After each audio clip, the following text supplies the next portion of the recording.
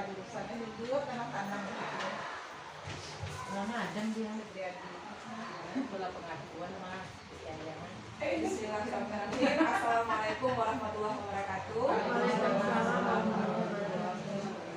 Alhamdulillahirrahmanirrahim. Bersyukur dari Allah SWT yang telah memberikan kita nikmat kesehatan lahir dan batin sehingga kita bisa berkumpul kembali di kegiatan MGBK Kabupaten sesuai dengan agenda kita pada setiap hari Kamis.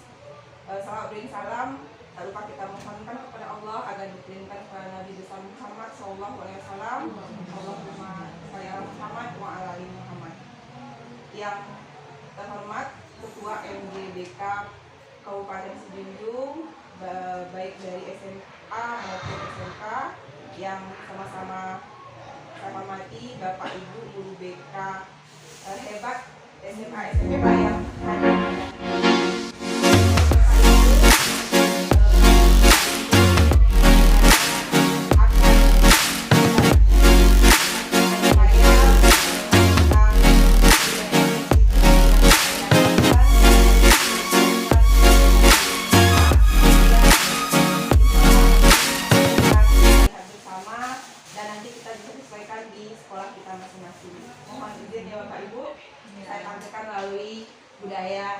Melalui slide budaya positif.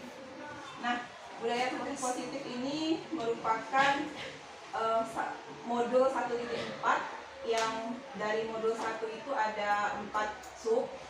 Yang pertama itu dari pemikiran Ki Hajar Dewantara, kemudian peran dan fungsi guru penggerak, yang ketiganya yaitu visi guru penggerak, dan yang ini adalah budaya positif.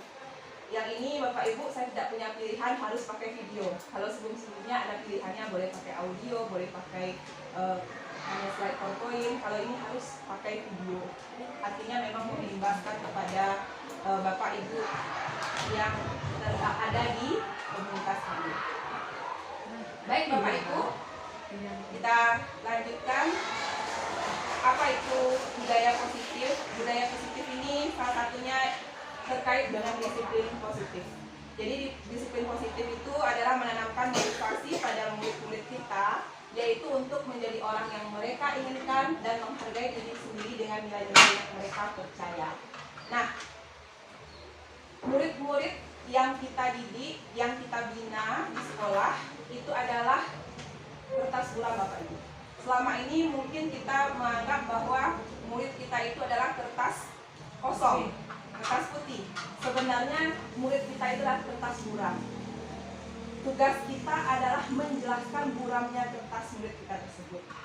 Murid kita ini itu berasal dari kodrat alam, kodrat zaman yang berbeda-beda. Kodrat alam mereka mempunyai latar belakang yang berbeda dari lingkungannya. Ada mungkin yang berasal dari orang tua yang petani, ada orang tuanya yang bekerja di luar negeri, ada orang tuanya yang seorang guru, seorang polisi. Ini berdasarkan kodrat alamnya. Nah, pada zaman sekarang itu ada zaman kemajuan teknologi. Kita sebagai guru seharusnya menyadari bahwa kita sebenarnya menumpang hidup di zaman ananda kita, murid-murid kita yang sekarang ini. Bapak Ibu, jadi disiplin positif itu intinya menanamkan motivasi intrinsik atau motivasi dari dalam diri murid-murid untuk mematuhi aturan tanpa terpengaruh adanya hukuman dan hadiah. Nah, jadi disiplin positif itu artinya murid kita itu sudah mempunyai motivasi dalam dirinya, sehingga motivasi tersebut tidak berdasar kepada kalau ada gurunya saja gitu, atau takut dengan gurunya gitu Bapak Ibu. Sudah ada dari dalam dirinya keinginan untuk memahami bahwa disiplin positif itu memang penting untuk masa depannya seperti itu. Tanpa ada nanti kena hukuman, nanti kalau saya melakukan ini dapat hadiah loh, enggak seperti itu. Jadi sudah ada rasa kesadaran bahwa ini penting bagi dirinya sendiri seperti itu Bapak Ibu. Lanjutkan, motivasi perilaku manusia yang pertama untuk menghindari ketidaknyamanan dan hukuman. Nah, siapa yang di antara kita di sini yang ingin menghindari ketidaknyamanan dan hukuman? Contohnya Bapak Ibu, kita pergi memberikan layanan BK ke siswa. Ada nggak motivasi kita nggak mau kita nanti ada yang menegur kalau nggak memberikan layanan? Mungkin ada sekali kita seperti itu ya Bapak Ibu. Nggak ada mungkin kalau kita nggak hadir, kita nanti diberikan surat peringatan. Nah, tuh. Jadi itu motivasi perilaku manusia yang pertama. Yang kedua itu untuk mendapatkan imbalan atau penghargaan dari orang lain. Kalau kita rajin ke sekolah, kita mengikuti kegiatan-kegiatan yang positif, yang membuat diri kita menjadi mengembangkan diri kita menjadi lebih baik, maka kita bisa mungkin mengikuti suatu ajang, misalnya guru berprestasi. Ada nggak motivasi kita seperti itu? Jadi untuk mendapatkan imbalan, atau mungkin nanti kalau sudah bagus prestasi gurunya, nanti di akhir tahun sekolahnya memberikan penghargaan, reward. Nah, ada kan seperti itu motivasi kita? Yang ketiga itu untuk menjadi orang yang mereka inginkan dan menghargai diri sendiri dengan nilai-nilai yang mereka percaya. Nah, ini yang nomor 3 ini yang sebenarnya betul-betul dalam Bapak Ibu. Jadi, untuk menjadi orang yang mereka inginkan, jadi untuk menjadi diri kita sendiri, dan menjadi diri kita sendiri, menghargai diri kita bahwa kita punya nilai, bukan hanya tergantung hukuman, bukan hanya tergantung hadiah, imbalan, penghargaan. Nah, motivasi yang ketiga ini yang sebenarnya yang harus begitu kita teladani, begitu kita praktekkan dalam diri kita sebagai guru BK. Kali ini Bapak Ibu, ada beberapa budaya positif yang saya ingin tampilkan di sini, yaitu hukuman, konsekuensi, dan restitusi. Hukuman ini bersifat tidak terencana atau tiba-tiba. Biasanya tidak ada kaitan antara jenis pelanggaran dengan hukuman yang diberikan dan menyakiti murid. Bapak Ibu, saya contohkan, itu murid terlambat datang ke sekolah, disuruh lari keliling lapangan upacara. Adakah di antara kita yang melakukan hal seperti itu? Nah, itu bersifat tiba-tiba Bapak Ibu. Bukan begitu Bapak Ibu, mungkin kita merasa, anak ini saja yang terlambat. Nah, atau mungkin merasa gimana gitu dengan anak tersebut gitu. Jadi, tidak terencana hukuman itu Bapak Ibu. Tidak terencana, tiba-tiba. Nah, itu namanya hukuman. Dan tidak ada hubungan dengan jenis pelanggaran dengan hukuman yang kita berikan itu. Nah, itu contohnya yang saya berikan. Yang kedua yaitu konsekuensi. Nah, kalau konsekuensi ini di atas sedikit dari hukuman. Artinya sudah ada kesepakatan antara guru dan murid sebelumnya. Jika melakukan pelanggaran A, maka akan menerima konsekuensi B.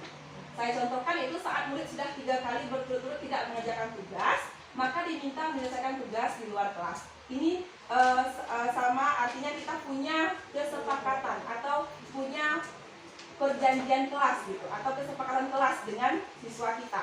Misalnya kita punya aturan layanan BK setiap masuk ke lokal itu. Apabila Anda kita terlambat berapa kali, akan diberikan ini. Kesepakatan kelas itu sudah ada sebelumnya, sudah kita bahas dengan siswa dan siswa sudah menyetujuinya. Artinya tidak ada yang tiba-tiba, sudah terencana. Itu namanya konsekuensi Bapak Ibu. Kemudian yang ketiga tadi restitusi, yaitu proses kolaboratif yang mengajarkan murid untuk mencari solusi untuk masalah dan membantu murid berpikir tentang orang seperti apa yang mereka inginkan. Nah, restitusi ini akan menghasilkan disiplin positif. Proses kolaboratif yang mengajarkan murid untuk mencari solusi. Restitusi ini adalah mengajarkan siswa kita untuk kreatif dalam mempertanggungjawabkan kesalahannya Bapak Ibu. Bukan ganti rugi, bukan. Kalau dalam bahasa Indonesia kan restitusi itu ganti rugi, bukan. Artinya ada siswa kita yang melakukan kesalahan, mereka berusaha untuk guru berusaha untuk mencarikan menunjukkan apakah itu salah atau tidak. Jadi murid tersebut yang mengakui kesalahannya dan murid tersebut yang ikut dalam penyelesaian kesalahan tersebut. Begitu. Yang ciri-ciri restitusi ini adalah yaitu restitusi bukan untuk menebus kesalahan tetapi untuk belajar dari kesalahan. Jadi bukan menebus kesalahan Bapak Ibu, bukan istilahnya oh kalau kesalahannya tidak mengerjakan tugas, kita berikan dia, kita suruh dia berpikir apa yang harus dilakukan. Misalnya saya akan mengerjakan tugas Bu, bukan berarti dengan mengerjakan tugas itu dia menebus kesalahan itu, bukan Bapak Ibu, tapi dia belajar dari kesalahannya. Kita membuat dia menyadari bahwa apa yang dia lakukan itu adalah salah ketika tidak membuat tugas seperti itu. Kalau menebus kesalahan bisa jadi suatu saat dia ulangi lagi kesalahan itu. Nah itu bedanya restitusi Bapak Ibu. Yang kedua itu restitusi itu memperbaiki hubungan. Artinya ketika guru memberikan kepada murid restitusi, murid tidak merasa dia itu disalahkan Bapak Ibu, tidak merasa disudutkan, tapi murid merasa bahwa betul dia salah. Artinya dia ingin kembali ke yang benar. Tidak ada rasa dia merasa guru menyalahkan saya seperti itu. Jadi seperti itu restitusi. Yang ketiga, restitusi adalah sebuah tawaran bukan paksaan. Artinya kita memberikan sama lah kita seperti guru BK. Nah guru penggerak ini itulah asiknya Bapak Ibu. Semuanya BK banget gitu Bapak Ibu. Jadi kita memberikan tawaran kepada siswa kita, kepada murid kita. Kalau melakukan seperti ini konsekuensinya ini yang akan dilakukan bagaimana Ananda, seperti itu. Bukan dipaksa, artinya kamu harus selesaikan tugas, enggak.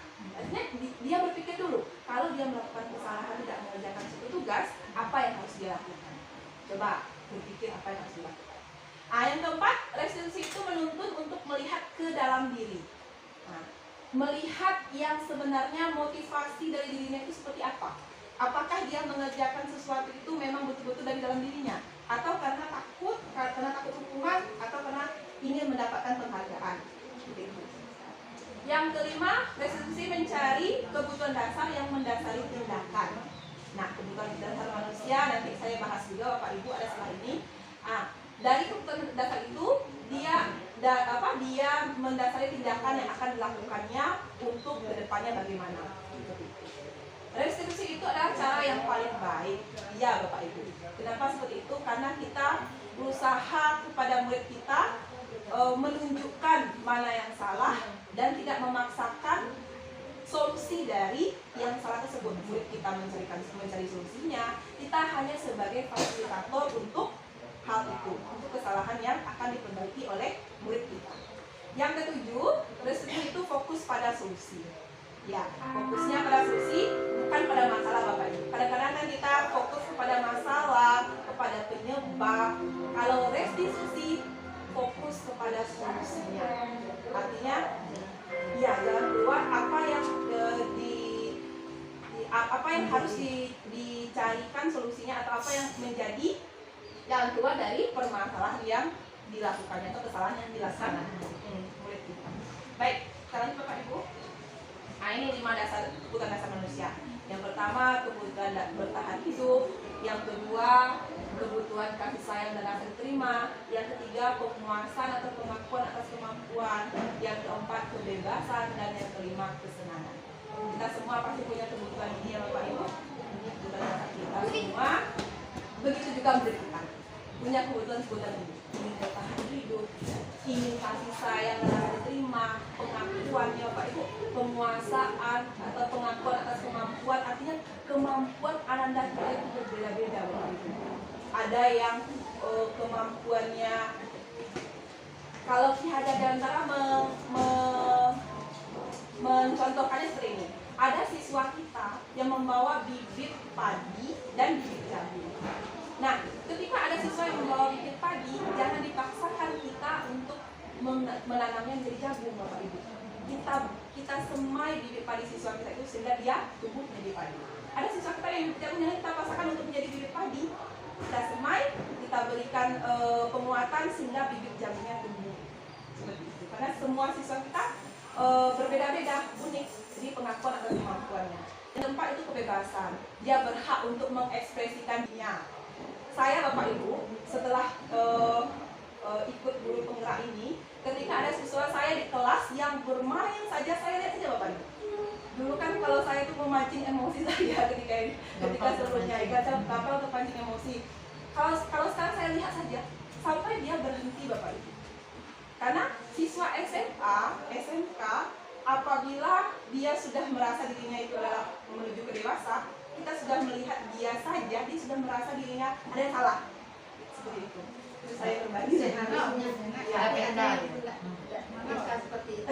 Iya, Bapak Ibu. Mungkin kita lebih memberikan pandangan yang lebih dalam, lebih jauh, sehingga kita tidak memandangnya tidak salah seperti itu. Kita memandang siswa kita tersebut ada sesuatu yang mungkin yang dia lakukan begitu karena ada hal yang mendasarinya sebelumnya. Nah, disitulah kita letak kita sebagai guru. Yang kelima, kesenangan. Tentu semua muara dari apa yang kita lakukan itulah kesenangan dari setiap hal yang sudah kita laksanakan. Baik, lanjut Bapak Ibu. 5 posisi kontrol guru. Nah, posisi kontrol ini yang pertama itu penghukum, kedua pembuat rasa bersalah, ketiga teman, keempat pemantau, kelima manajer. Yang mana kita sering kita lihat sama-sama ya Bapak Ibu. Yang pertama yaitu posisi kontrol yang paling baik itu manajer. Kita bahas dari manajer dulu ya Pak Ibu. Guru mempersilahkan murid mempertanggungjawabkan perbuatannya, mendukung murid menemukan solusi dari permasalahannya sendiri. Nah, guru hanya melihat murid untuk mengakui kalau dia bersalah atas perbuatannya, mempertanggungjawabkan perbuatannya. Guru tersebut juga membimbing murid untuk menemukan solusinya dan mendukung terhadap penemuan solusi yang didapatkan oleh murid tersebut dari permasalahannya atau permasalahan murid itu sendiri. Ini contohnya, contoh kasusnya Bapak. Pagi ini Adi terlambat lagi datang ke sekolah. Cara masing-masing posisi kontrol menangani permasalahan ini. Yang pertama, posisi penghukum. Dengan suara keras, guru berucap, terlambat lagi, terlambat lagi. Kapan sih kamu bisa datang tepat waktu? Sekarang lari ke lapangan. Ah, itu posisi penghukum. Guru sebagai posisi penghukum. Ya, terlambat lagi, terlambat lagi. Saya tuh pernah melakukan hal ini Bapak Ibu. Kapan sih kamu bisa datang tepat waktu? Sekarang lari ke lapangan. Nah, ini posisi penghukum ya Bapak Ibu. Yang kedua itu posisi pembuat rasa bersalah. Dengan suara lembut, nih contoh kasus yang sama ya Bapak Ibu. Dengan suara lembut guru berucap, Adi, kamu ini bagaimana ya? Kamu sudah janji sama ibu untuk tidak terlambat lagi. Tetapi ternyata kamu masih terlambat. Ibu kecewa